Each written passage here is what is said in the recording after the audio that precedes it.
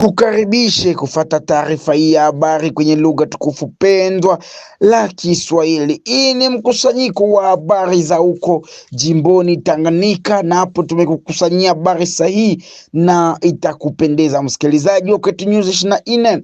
Mimi Pierre Kiuma jina langu. Hebu nifate kwa makini mwanzo hadi mwisho. Tuanze na hili hapa: kupanda kwa bei ya mafuta ya petroli na mafuta mengine kunaendelea kuibua maoni tofauti miongoni mwa wananchi.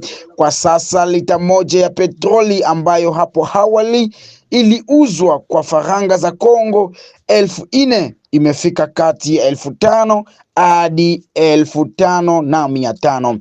Alipojiwa kiongozi wa wauzaji wa mafuta hapo Moba Juma amesema kuwa ongezeko hilo linatokana na hali ya kimataifa, hususan migogoro inayohusisha nchi ya Iran na Iraq na Israeli.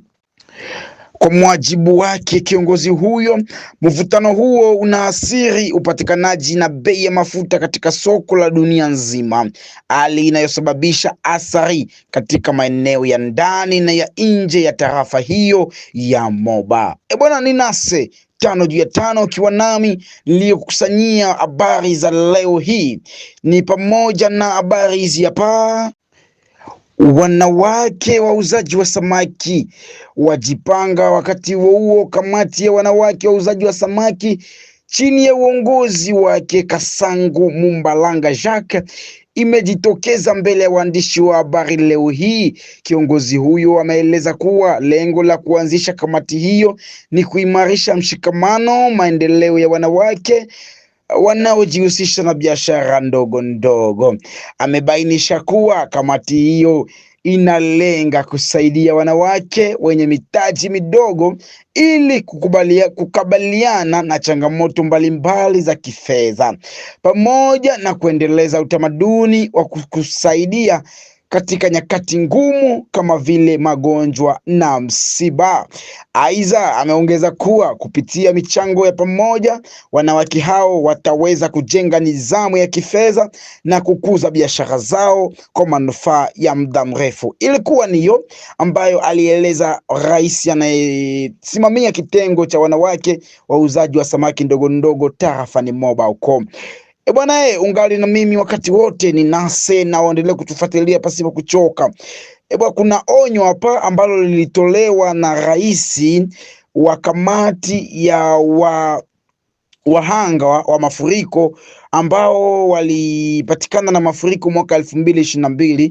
Kwa upande mwingine, kamati ya wahanga hao chini ya uongozi wa Bwana Mulumba Pierre imetoa onyo kwa wahanga wa mafuriko wa mwaka 2022 huko Moba wanaoacha viwanja vyao bila kujengwa.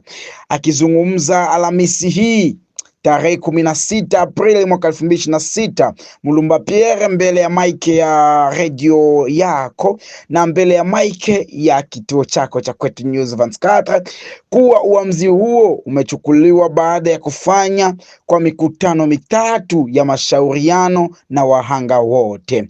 Alisisitiza kuwa kila mnufaika anatakiwa kuendeleza ujenzi katika kiwanja alichopewa wakati wa msimu wa kiangazi, la sivyo atakikosa. Bwana ambaye hawezi kujenga kiwanja basi anaweza kukipoteza. Mimi nilikusanyia habari hii na wewe utaendelea kuisikia. Tunakuja kumalizia na hapa hatua mpya kuhusu viwanja vinavyoweza kunyang'anywa, na hapo tu katika hatua nyingine imeelezwa kuwa kuna mpango mpya wa kunyang'anywa viwanja wahanga wa zamani ambao hawajavitumia na wataki kuvijenga ili wakabidhiwe wahanga wapya waliopatwa na mafuriko mwaka wa 2026 huko Moba. Hatua hiyo inalenga kuhakikisha matumizi bora ya ardhi pamoja na kuwapa nafasi wahitaji wapya walioathirika na majanga ya hivi karibuni. Bwana nitoke Moba nielekee hadi Lubumbashi huko ambako ni Olomami. Mafuriko Malemba Nkulu yaibua taharuki. Wakati huo eneo la Malemba Nkulu katika jimbo la Holomami limekumbwa na mafuriko makubwa tangu mwishoni mwa mwezi Machi. Kwa mujibu wa mashirika ya kiraia yaliyoongea kupitia redio Okapi na maredio mengine, mafuriko hayo yamesababisha uharibifu mkubwa wa nyumba na miundombinu, huku maelfu ya wakazi wakikimbia makazi yao. Washirika hayo yametoa wito kwa serikali na wadau wa kibinadamu kuingilia kati haraka ili kutoa msaada wa dharura kwa washirika hao. Bwana, tungali tunanasa hapa na Kwetu News 24 pasipo wasi wala majanga yoyote. Fuatilia Kwetu News 24, bado nilikukusanyia taarifa nyingi, na hapo tukija kugusa kuhusiana na hali ya ukimya isiyokuwa ya kawaida imeshuhudiwa katika eneo ya Mobapor, hususan kwenye kikata Mwana Kisinde, kufuatia kusimama kwa ghafla kwa kazi ya utengenezaji wa kisima cha maji forage iliyokuwa imeazimishwa hivi karibuni. Kazi hiyo ilitangazwa rasmi na kiongozi wa kundi la marafiki wa John Ndaile, Bwana Ndaile Manda John, ikiwa ni sehemu ya juhudi za kuboresha upatikanaji wa maji safi kwa wakazi wa eneo hilo. Hata hivyo, licha ya matumaini makubwa ya wananchi, shughuli hizo zilisimama katika mazingira yaliyoibua maswali mengi miongoni mwa wakazi wa eneo hilo. Alipojiwa akizungumza kuhusu hali hiyo, koordinata wa gundi la marafiki wa John Ndaile, Innocent Mwela, ameeleza kuwa kusimama kwa kazi hiyo kunatokana na matatizo yaliyotokea kwa wafanyakazi waliokuwa wakipewa jukumu la kuendesha mradi huo. Kwa mujibu wake, baadhi ya watu waliokabidhiwa kazi hiyo walikimbia baada ya kutumia fedha zilizotengwa kwa ajili ya mradi huo. Ameongeza kuwa kutokana na hali hiyo kuna ulazima wa kupanga upya mpango mzima wa utekelezaji na kuimarisha kazi inaendelea pale iliposimamia. Na tulipoingia ndani kabisa, kiongozi huyu alieleza kuwa kabla ya kusimama kwa kazi ya forage ilikuwa tayari imefikia takriban 15% ya utekelezaji wa kazi, jambo lililokuwa